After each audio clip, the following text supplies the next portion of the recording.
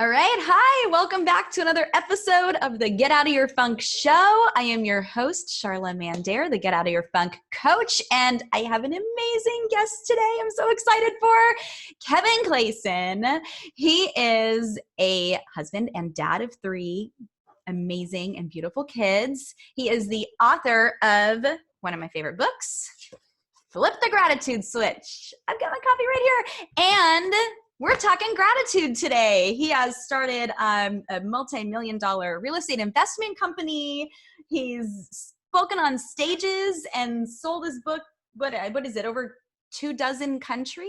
This is insane, Kevin. There's somebody in Bulgaria with the book right now. I don't know who, but someone. I love it. I love that so much. Is it translated for that? No, it's not translated. I ain't got time for that. You either know English or you don't. Sorry, that's all. That's the deal. That's awesome. I love that. This is so great. And full disclosure, how long have we known each other? So it's been a while, because the first memory I have of you, Sharla, I was in 8th grade. And let's see, what year did you graduate? I was in third grade. Yeah, you were. Yeah, you were in 3rd grade. So I think you're a couple years older than me. You graduated a couple years before me. Great. So if I was in 8th grade, I don't know, maybe you were sophomore, junior. Yeah, okay, that sounds right. Yeah, so it's been a while. Okay, that's big. Yeah. Let's put it this way. Let's just, instead of having to give the number, decades. Okay, we've known each other for decades, and unfortunately, that is plural. I don't know how this is possible because we're only 21. Right? Yeah, so, it's weird, right? I guess we knew each other. We waved to each other in the womb. You know the movie Look Who's Talking To? It's a documentary of you and I. That's what it is. That's, known each other that long. I told you that I had a surprise for you before we started, right? And I know that you like to start when you speak on stages by dancing.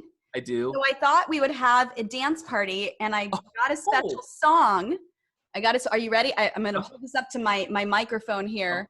I'm always ready. I don't know if you're ready for this. Oh my gosh, I think I know what it's going to be. Too sexy for my love, love's going to leave. Can you hear it?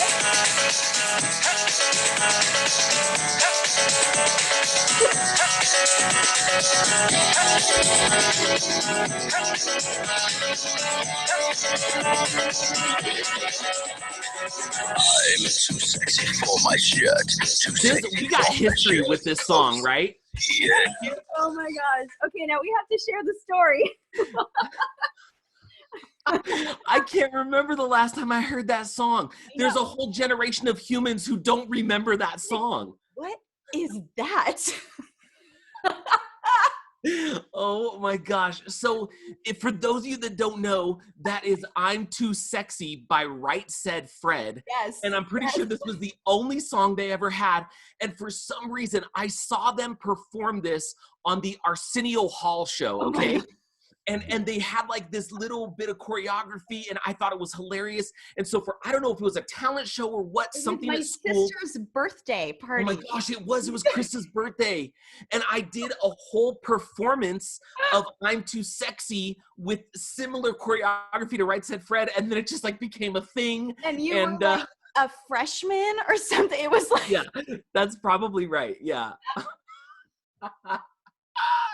Oh, that was magical. I know, it came like on the radio. I listened to these old like 70s and 80s, right? Like old, like everything from the 80s till now, like radio stations, and my kids are like, this isn't music. If it's not on TikTok, it doesn't exist. And this song came on and I was like, oh, and I knew we were gonna have this call, so I downloaded Right Said Fred, got $1 off of me. Oh my gosh, that is amazing. Holy cow. Now I need to reintroduce that song to my children because they've seen me do Ice Ice Baby many times. They have not seen I'm Too Sexy. It's probably a good thing that my kids have not seen me perform a song called I'm Too Sexy. Yeah. But I will need to go get like the fishnet shirt that like the lead singer of Right Said Fred wore. You know what I mean? I don't think you should. No. I'm gonna go hard pass on that one. Oh my gosh, that was the best thing ever. Oh my that was the best surprise. That was amazing. Thank you for that. Whew. Oh All man. right. So Jump in the time machine. now that we've done that, why don't you share a little bit about yourself and Oh, what prompted the book for you, and all about yeah. gratitude, like why gratitude, and I think this is so relevant right now as we're filming this. We are all quarantined in COVID-19. It's like mid-April 2020. So there's a lot going on in the world right now, and I think this message today is just going to be so poignant and perfect. So Well, awesome. Well, thank you so much for having me on, Sharla. Like I've known you for so long. I've always looked up to you. You're somebody who years. I love you. I love your family. You know, I have so many good memories of you and your family. And this is so cool for me to be able to jump on here with you. And I'm just, as like your stand-in little brother, Yeah. I am so proud of you and the good that you're doing in the world. It's just remarkable. And so my hat's off to you. And I usually do wear a hat because I don't like people to know how bald I am. So my hat's off to you So I never really intended on being an author. That was never something that was on my radar. I think a lot of us think, oh man, one day it'd be so cool to be an author or to write a book. But I never really thought it would happen for me. And what ended up happening that led to me kind of discovering this and writing this book is I started a company with my partners back in 2007 that's a real estate investment company. And we got to a point where we were in major national expansion mode. And I finally had like what felt like the dream job. I was flying all over the country, speaking all over the country, from to quote Right Said Fred, from New York to Japan, I think is actually a line in the song. But I didn't go to Japan, but let's pretend. But I was traveling all over I had this amazing, beautiful wife, and I just had we had my daughter, and we just had my baby boy, my first baby boy. I've got two now. And I just, for some reason, was not, on paper, everything was great, right? The job was good. The company was expanding. I had this beautiful wife and these awesome kids, and everything on paper was perfect. Yet I couldn't find joy in the middle of my circumstances that by all, I guess, worldly or temporal metrics, things were good. But yet I still found myself waking up every day, and it was like just kind of sludging through life, right? Like just going in and going through the motions, and I got to take another flight. I'm going to go speak again. And then I come home and, I got to wake up with the baby again. It's like all these things that I wanted my whole life, but I wasn't finding joy in them. And I got to a point where I just was done. Like, I don't know if you've ever been there, Sharla. I mean, I know you're a mom, and I think every mom and dad ever get to a point where we're like, and scene, I'm done. Let's just not. And I kind of had this moment in this day where I was like, I just don't want to anymore. Like, I'm just done. And it was in that moment that now full disclosure, I'm a believer. I believe in God, and I believe that God speaks to us if we'll open our ears and listen. And I had a word come into my mind and into my soul that I didn't expect, and it was the word of gratitude. And I was just like, what? How could I possibly be thankful for this mess? I'm overworked. I feel like our company should be doing better than it should. I'm having to travel all the time. My kids are waking up all the time at night. Nothing. I'm not in the perfect house. I don't have the perfect car. I was like, how could I possibly be thankful? And that ultimately led me down a path of trying to discover, because I believe that God had given me that message. So then for me, it became okay, if God's telling me I need to be thankful or have gratitude, even in the middle of what I feel like is a big fat mess, right? Because I couldn't really see my life. I was viewing it through a different set of lenses.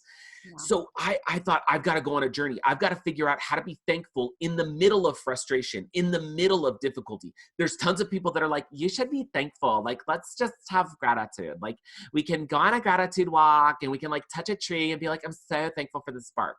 But you know what? That wasn't working for me, right? It wasn't happening. And there's so many people that were like, oh, you gratitude journal, you just write it down. I tried it. Nothing was transforming me. So I started to go on a search. I started to read all these books, do all of this research, both actual like personal development books, but then also trying to figure out in the brain, how do you become thankful in the middle of times when you feel like you have nothing to be thankful for? There was not a book out there that was written on that precise concept. And so I went through this journey. I figured it out, and ultimately said, I think I'm the reason this book didn't exist is because I'm the one that's supposed to write it. So I did. We wrote it, we published it in 2016, and it has been an awesome ride ever since and been a huge blessing in my life. It's changed me more than I think it'll ever change anybody, but it's changed my family, and now it's changed people all over the world, and it's been really, really awesome. So was unexpected, but that's kind of the journey that led us there. It's so amazing. And I think so many people can resonate with that. And you know, that there's definitely, and that's why I've created the show too, is you feel like sometimes you're just going through the motions. You're waking up and you're going to work and you're taking the kids to school and you're doing the things and you go to the homework and you feed everybody and you go to bed and Yep. it's rinse and repeat. Yep. Right? And then it's like, well, where's the meaning? Where's the purpose? Where do I leave my mark? You know? Yep. That's exactly right. Yeah. I love that. I love that you stepped up to the plate for yourself and just, hey, there's nothing like this out there. And you didn't go, well, there's nothing like this out there. So yeah, I'm doing that's whatever. right. I guess I'll just sit here and continue to complain about everything. Yeah, it was, yeah, I knew I had to go find action.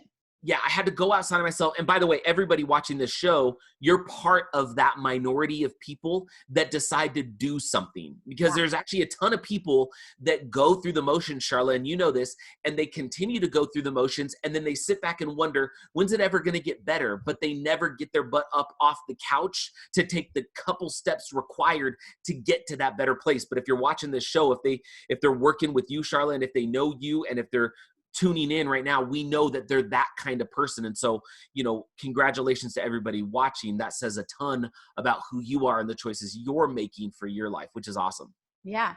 And, you know, and I work with women and teen girls. And what I tell the teen girls is, man, if you can learn these lessons now, you're miles ahead of all the adults that you deal with every day. Right. Like, so it's never too early, I think, to learn about this. So let's go through some of the book. Look at this. Awesome. Kevin Clayson. Look at that. That's me. So yeah, I mean, I love you start with this little story.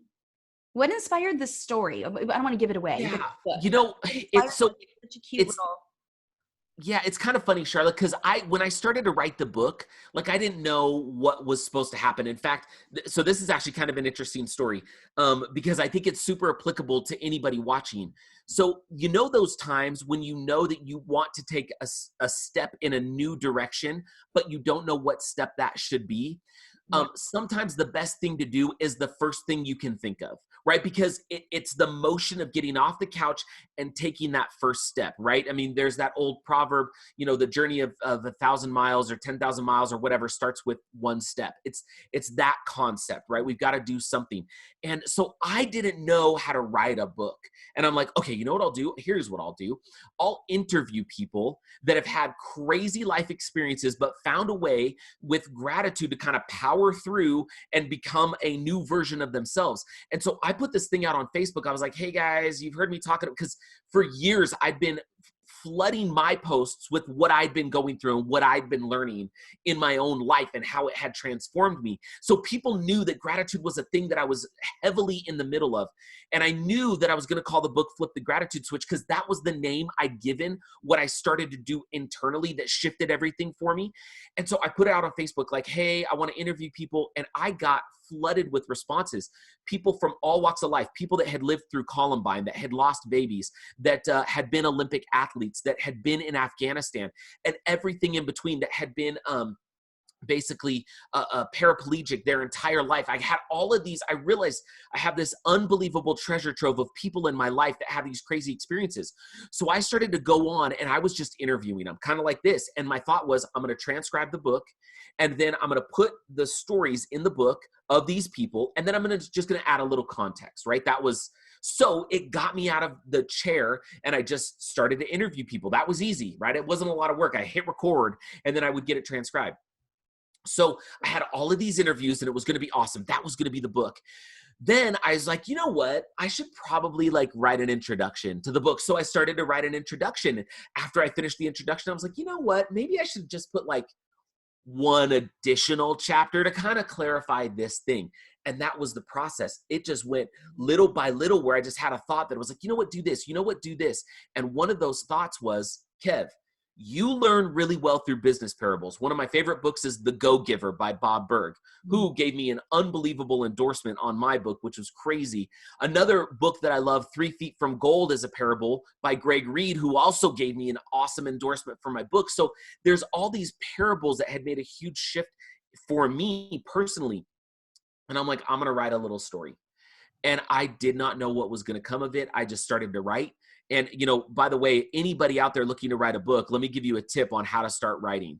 You start with the first word. And I know that sounds crazy, but once you complete the first word, just write the second word. And if all you do today is you write the first sentence of your book, you're a full sentence ahead of where you were yesterday. And so sometimes it's just those little bit by bit things that you add on. So I ended up writing this story. I ended up writing sort of a description of the formula. I ended up doing all of this research on what happens in our brain and putting the model in practical practice for people. I told the backstory of where the formula came from, and the book got completed, and there's not one transcribed interview in the whole book. Wow. It was just what God needed me to do to get me off the couch to take steps. And so the book, or the story, was really just a piece. I know not everybody's going to love the story. I don't expect everybody to read the story, but I have tons of readers who tell me that the story was their favorite part. The way I decided to write the book, the way I got there with God's help, was the first section of the book is a story.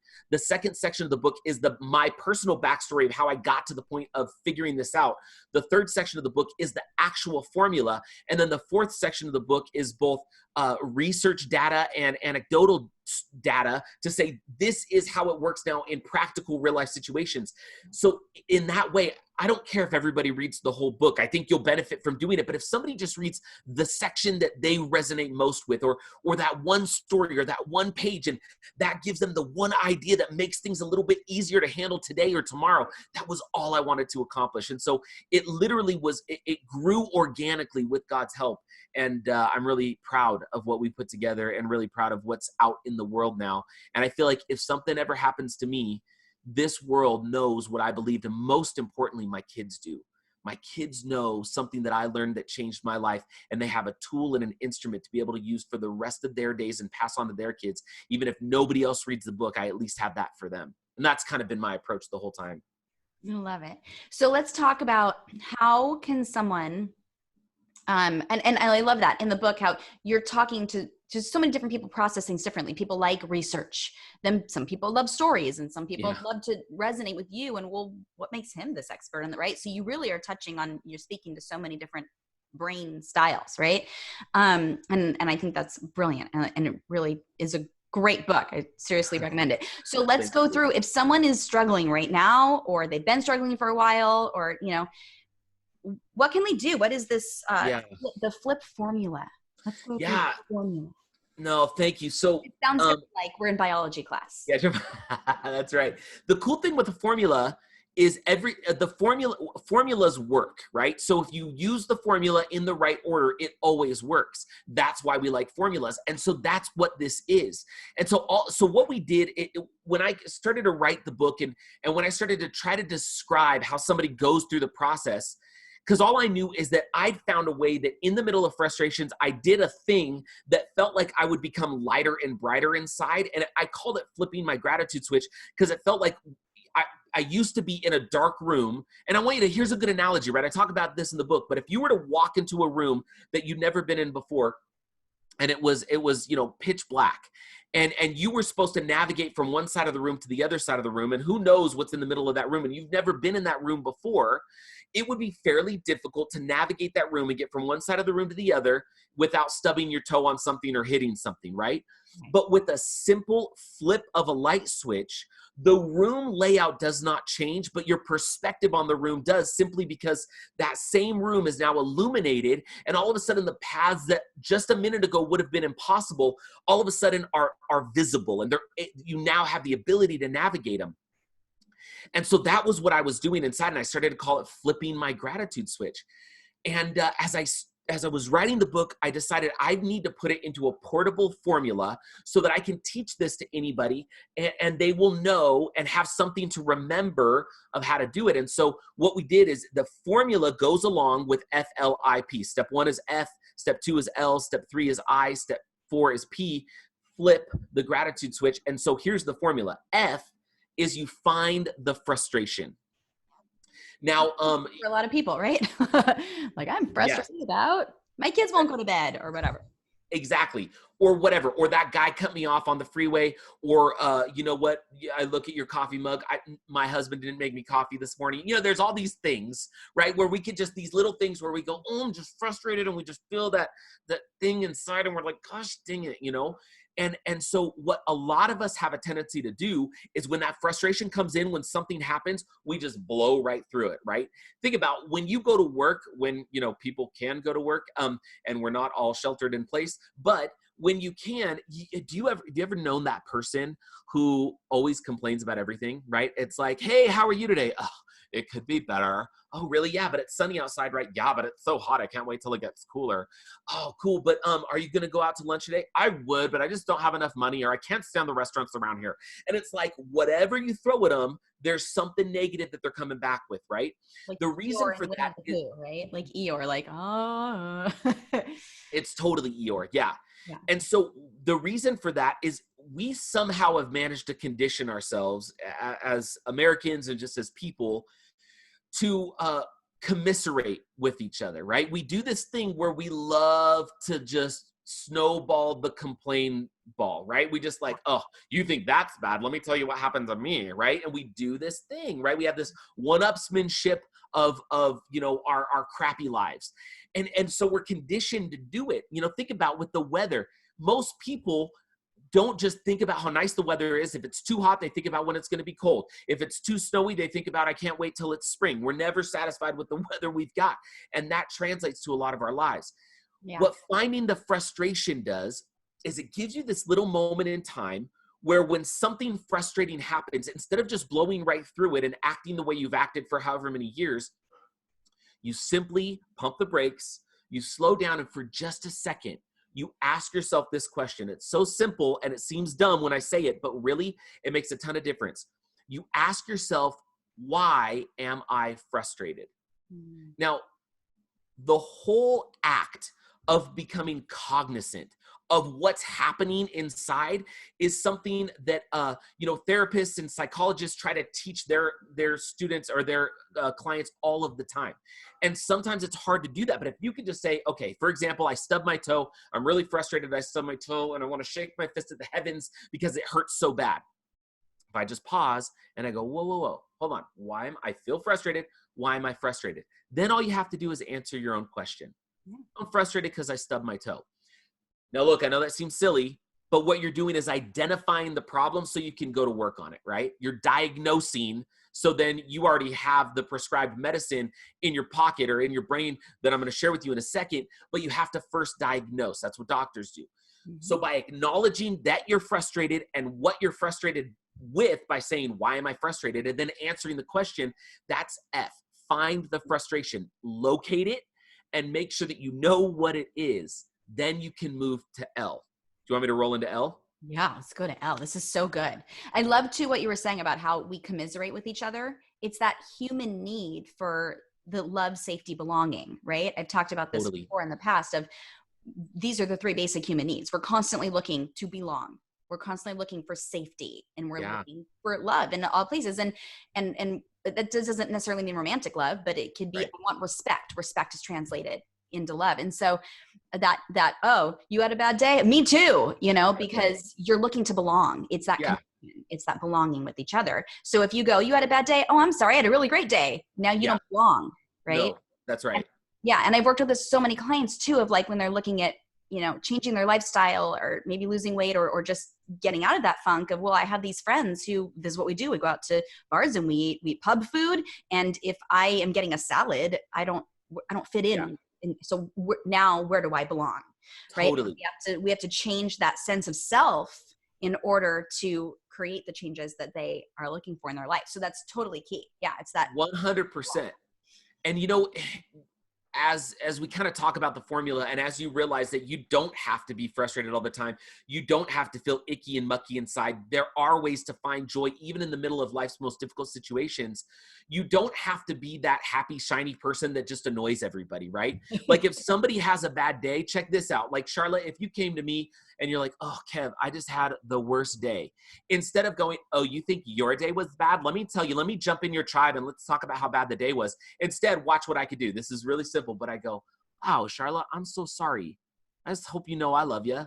Gosh, let me give you a hug, right? Then you still feel like you belong, but I didn't have to pile on the crap. You know what I mean? I didn't have to jump in and be like, yeah, well, everything is terrible, right? Like I didn't have to go that route. So there is a way to be positive and not be annoying. Let me just clear that up, because we all know people that are so overly positive that we're like, if I have to spend one more minute with that fool, I'm going to throw myself through the window because I can't take it. Like, we don't have to feel that way, right? We can just, so F, you find the frustration, you locate that frustration, you isolate it by asking, why am I frustrated? Then answering the question of what you're frustrated about. Then you immediately move to L. L is where there's some real power. And this was the major secret sauce that I hadn't discovered when I was trying to find out how I could be thankful in the middle of things that seem to suck. Well, first you have to isolate the frustration, then you look for what's awesome embedded in the frustration. Now, this is super interesting because a lot of times I use the stub toe analogy just because everybody's done it and so they understand it. And that's something that's seemingly insignificant and small, but the process of flip inside of a stub toe is identical as the process when you slip into foreclosure or lose your job, right? It's the same process. So we just use the stub toe as a way to say, this is the avenue. So a lot of times when I speak, I do a lot of like high schools and junior highs and stuff like that too. And I love to go talk about this with kids and church youth events, and it's awesome. But I always use a stub toe thing because I know that they're going to understand that some of them have had big life problems, some not yet. So I always do this. I say, okay, so I stubbed my toe. I ask myself the question, why am I frustrated? I'm frustrated because I stubbed my toe. Now I need to move in to look for what's awesome. And then I always ask the audience, tell me something awesome about stubbing my toe. And the same thing happens. I've probably given the talk hundreds of times. And every single time, without exception, here's what happens. It's quiet. By the way, I also used to go and do the same talk for a rehab and recovery center here in Utah. And we would just go and work with the addicts. I just donated my time and books, and we would just go because it helped with their recovery. So I share that with you because all ends of the spectrum, stubbing the toe up through, I'm dealing with a life-threatening addiction. The process is the same, right? So we use the analogy of the stub toe. So, okay, I ask the audience, okay, so what could possibly be awesome about me stubbing my toe? It's always quiet. And then there's one hand that goes up and somebody goes, you still have a toe? And I go, okay, cool. What's another one? And then another hand pops up right away. You still have feeling in your toe. Good, another one. Somebody goes, you have a bed that you stubbed your toe on. Good, another one. You have a house that your bed is in. And all of a sudden, it snowballs and hands start to shoot up and everybody's thinking. Then I pause and I say, let me tell you what just happened. Most of us don't realize that our brains are chugging along like a train, and we're on one set of tracks. It's a set of tracks that we've been conditioned to go down, right? It's the belonging that you were talking about. It's the commiserating that we see everybody do, and we're chugging along that track. When we pump the brakes and we slow down and say, let me find the frustration and locate it, then what we do is we take this moment in time and we switch the train track. Instead of continuing to chug down a path, because that's the way our brains work. When everybody's complaining, our brains make connections to continue to complain. But when we pause and we switch the track, now all of a sudden our brain starts to go down a new track, which is why everybody's quiet. Then one hand goes up, then another and another and another, because everybody's brain is now tracking the same way on this track. And they're thinking about what could be awesome about stubbing your toe. And then I always tell them, look, we just conducted a real life science experiment right here, and you didn't even know it. And the reason it worked is because that's the way our brains work. And so when we start to do this as humans, just inside of our daily frustrations, when we find and isolate the frustration, then look for what's awesome and create a list of things that are awesome inside of the frustration. It's the equivalent of doing the hard work. Sharla, I know you do workout videos. I know you kick your butt to show people how to get in shape and how to be healthy.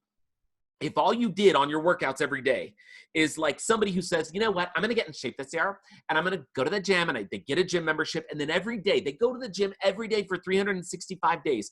And all they do is they walk in, they do 2 minutes on the treadmill at 1 mile an hour. They do 2 bicep curls with 1 pound weights, and then they leave. Okay. And they do that for 365 days. At the end of the year, they'll be like, why didn't I lose any weight? They don't change their eating habits, none of that.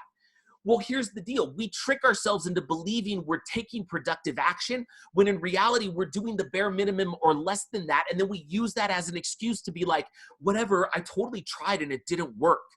Okay, when we find something awesome inside of frustrations, that's like doing a half hour or 45 minutes on the treadmill and then lifting with 20 or 25-pound weights and doing a 40-minute circuit workout in addition to the treadmill, right? That's doing the hard work. The action is the same, but the difficulty level increases. And as a result, and you know this better than anybody, the harder you work, do you have better results or worse results?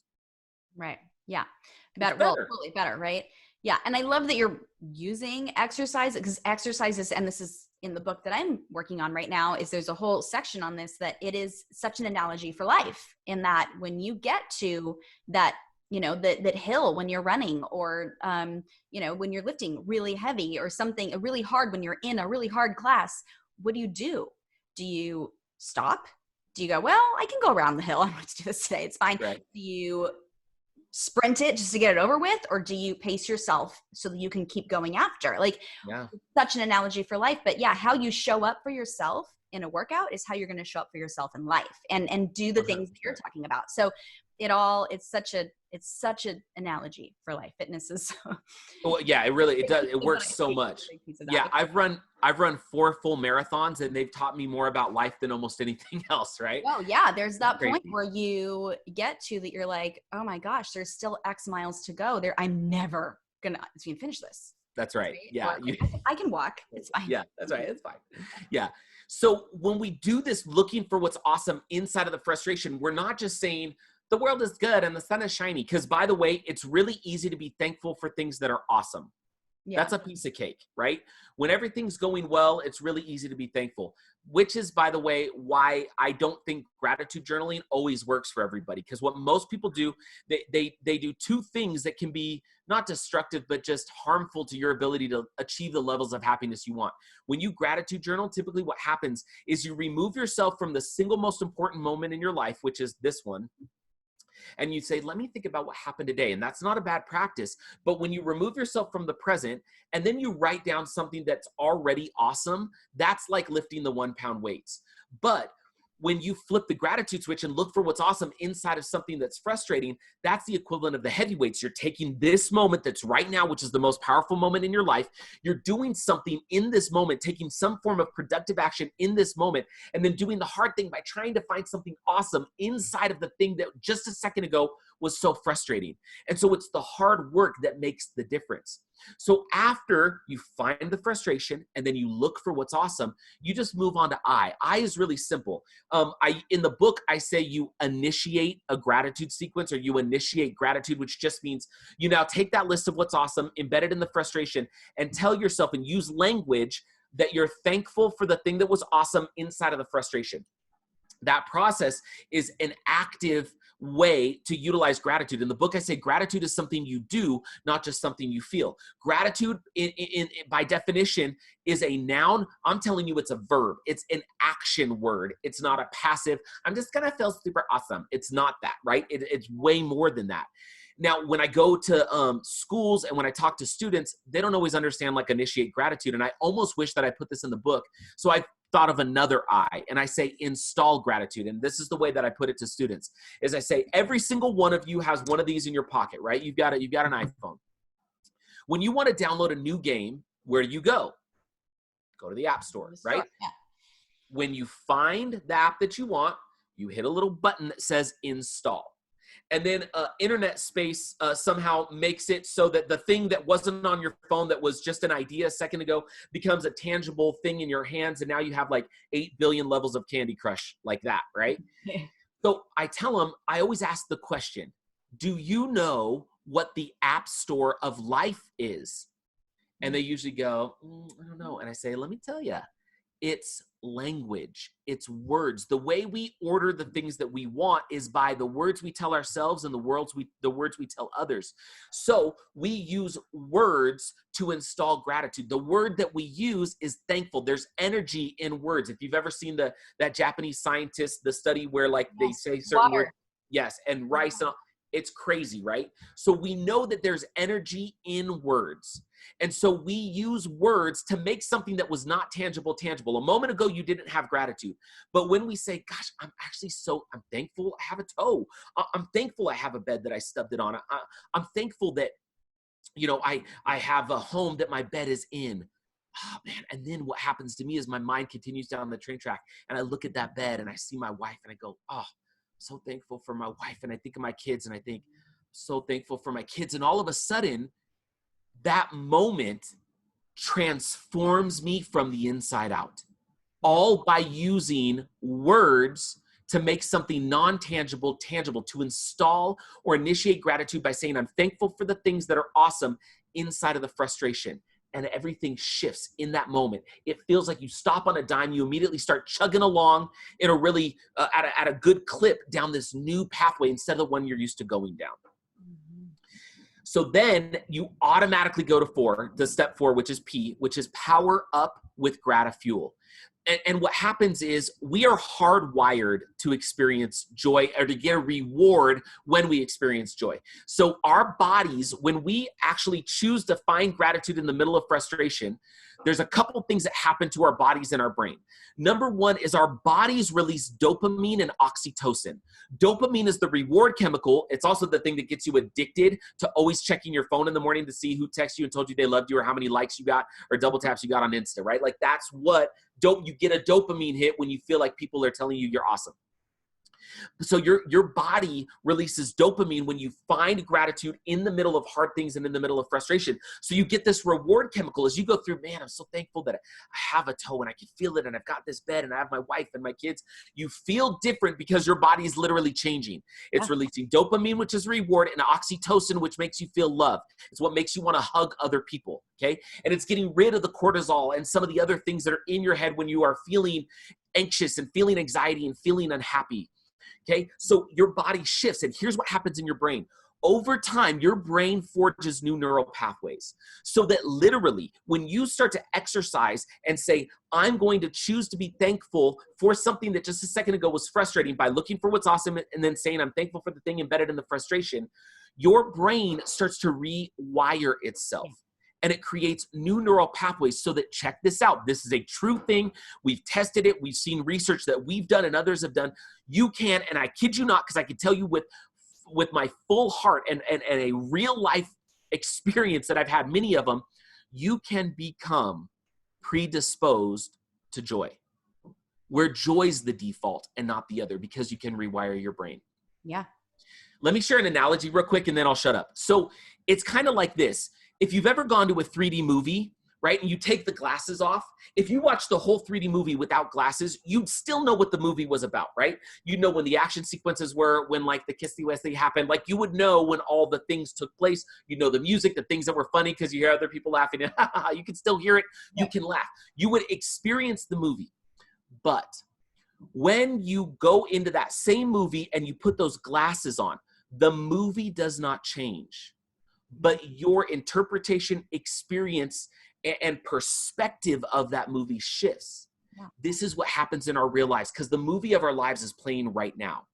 And so it's simply a question of, do we watch that movie through lenses of limitation, or do we choose to slip on a pair of gratitude glasses and view the movie through those lenses? The movie doesn't change. Your life doesn't change, but the way you perceive and experience and interact with it does. I always say we can't change when hard things happen in life, but what we can change is how we choose to react to them when they happen. So when your brain rewires itself, it's like LASIK for your soul.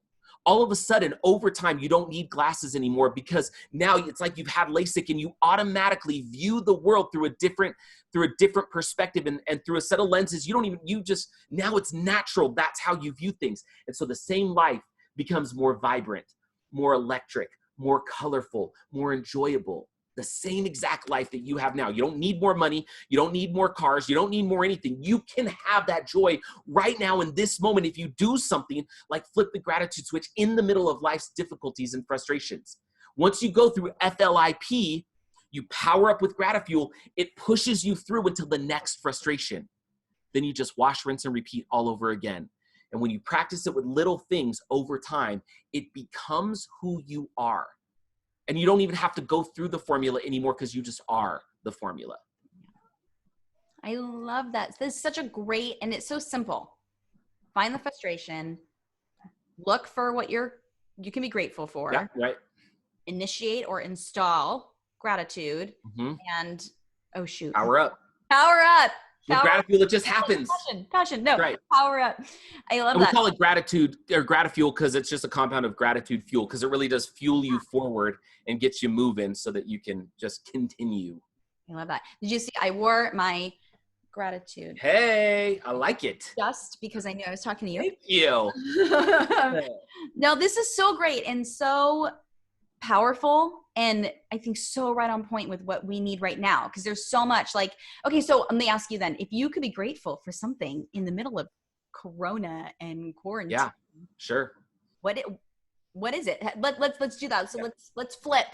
Yeah, let's test it out. So there's a whole bunch. Number one, I'm thankful that I have started a company and that we've designed a company so that I can work from home and we don't have any halt in production. And so therefore I still have an income to support my family.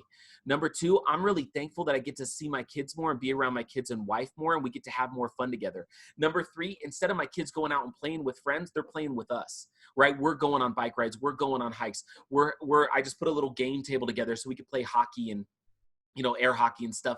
We're just having more time together. My kids are playing better together than ever before.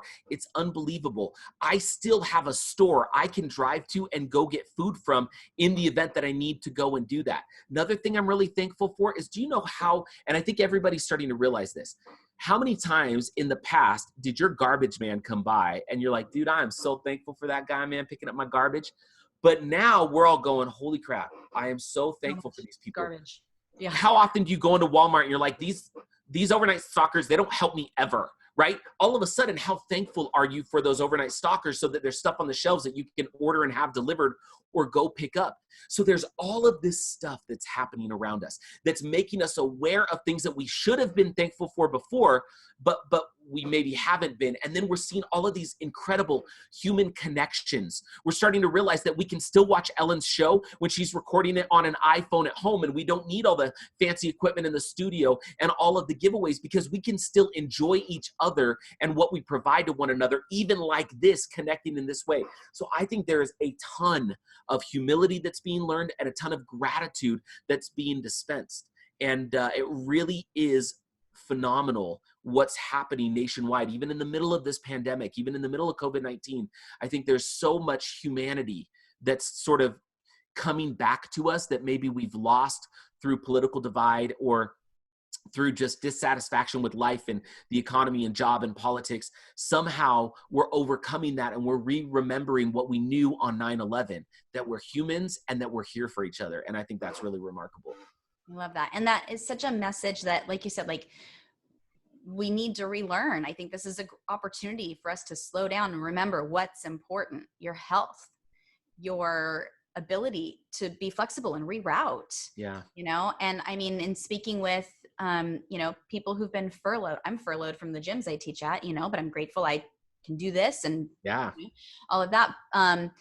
But also like high school seniors who don't get their graduation and prom, and just these rites of passage that you think of, or college students that had to move back in with their parents after just getting freedom and, and then they're doing school at home with their younger siblings there again. But it's college and, parents having to homeschool and teachers figuring out how to teach remotely, and just so everybody's rerouting, but we have this ability, this amazing human ability to adapt. And so when we can find those things, and I'm hearing so much like, oh, I'm so grateful to grocery store workers and first responders. My dad was a fireman. So first responders are, huge. And my heart, I had the opportunity to speak to 900 of them not long ago. And it was amazing.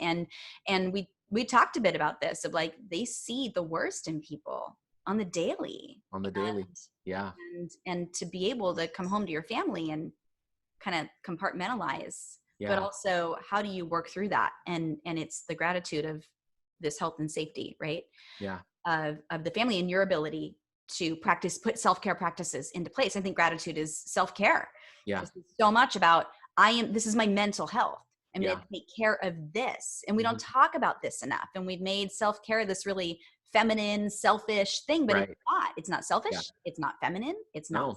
Sure. And our mental health is one of the most important things I think, that we can have. And so the ability to watch this video on YouTube and learn and put actions into place. So this is so great. I feel like we could keep talking forever.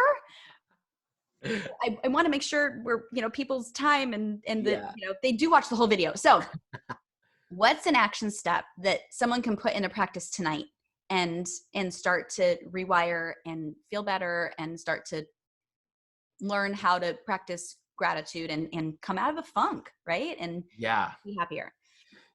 Thank you. Great question. I think, and this is kind of what I always recommend. I recommend it in the book. I recommend it when I go speak on this, any conversation I have. It's try the flip formula just once over the next 24 hours. Just do it once. And you know what? If it works, do it again. But just do it once. If somebody cuts you off on the freeway, just take that moment and go, I'm frustrated he cut me off. You know what? Okay, I'm glad he didn't clip me. I'm glad that I'm still driving. And you know what? I'm actually really thankful. And you know what? I feel better now. Who knows? Maybe he's in a hurry and he's got a sick person at the hospital and he's on his way. And all of a sudden it just shifts that perspective. So use the flip formula, flip the gratitude switch just once over the next 24 hours with something small. And over time, as you continue to do that, you'll see that it can shift you. And real quick, Sharla, I just, as we're wrapping up, I just want everybody to know, in total vulnerability, we published the book in August of 2016. And by December of 2016, I was having to work back in retail, part-time, $13 an hour to put food on the table for my family. See, the real story is I left my company for 2 years and put all of our savings and all of my time and effort into putting this book into the world. And the book had to be an overnight New York Times #1 bestseller in order for us to be okay. And it wasn't. And I had to do something for my family. So believe me, after publishing a book on how to be thankful in the middle of difficulty, I know what it's like to have your car repoed. I know what it's like to be into foreclosure. I know what it's like to not know if you're going to be able to put food on the table. I know what it's like to scrape change together so you can go buy a gallon of milk. And it all happened after I put a book into the world that told you how to be thankful in the middle of difficulty. And let me tell you something. The ability to flip the gratitude switch in the middle of those difficult moments. When I was working retail and I was having to clean toilets at night because I was working at the Container Store, I was going to make those the cleanest toilets anybody had ever seen in history because I was thankful for the opportunity to go to work and put food on the table for my family. And that attitude transformed that Container Store, and it shifted, and it meant that I started to get job offers really quickly to progress in the Container Store. And after about 11 months, I just said, you know what, I'm going to go back to my company. And I went back to my partner and we relaunched our real estate company under a new name because we'd gotten rid of some partners that we'd worked with. And now we just had our most successful and profitable year in company history.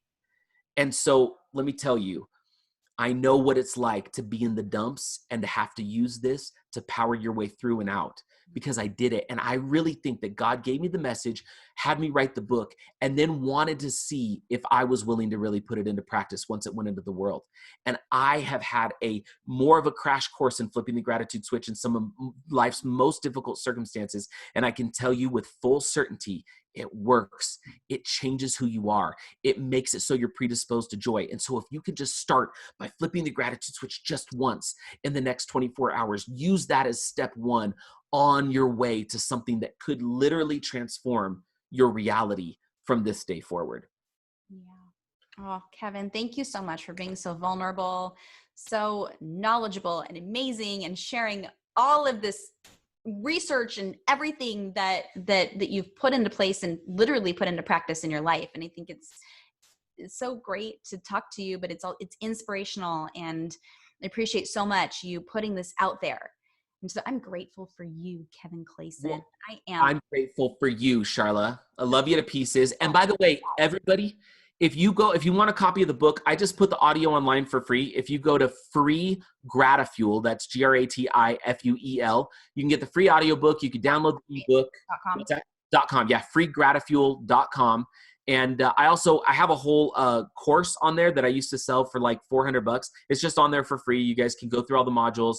It's just my way to contribute right now. I think people need it, and I know what it did for me, and I want it to do that for others as well. So freegratifuel.com, nothing to buy, all totally free. My gift to you, because I love you. And Sharla, I love you. I think you're amazing. I'm so thankful to have you in my life and to be able to call you a friend, and so thankful that I have had somebody like you to look up to and to learn from for the last 3 years that we've known each other. Thank you. It's been my pleasure to be here. Thank you for having me on, sincerely. Thank you so much. Yeah. And so go to freegratifuel.com. And can people follow you on like social media? Oh yeah, sure. Yeah. I'm on Twitter, Instagram, Facebook, just Kevin Clayson. And you should be able to find me there. I'm not nearly as active on social media as I used to, because part of this evolution I've gone through is realizing that I don't have to film all the cute things my kids do. I can just watch it and lock it in my memory bank. And I don't have to film it and then post it and then write something about it and then spend the next hour looking at all my likes and comments coming in so that I'm now ignoring my children after I post the thing about them. So I'm not on social media as much, but you can for sure connect with me there. Happy to serve and help in any way I can. Love it. Thank you so much, Kevin. Yeah, thank you.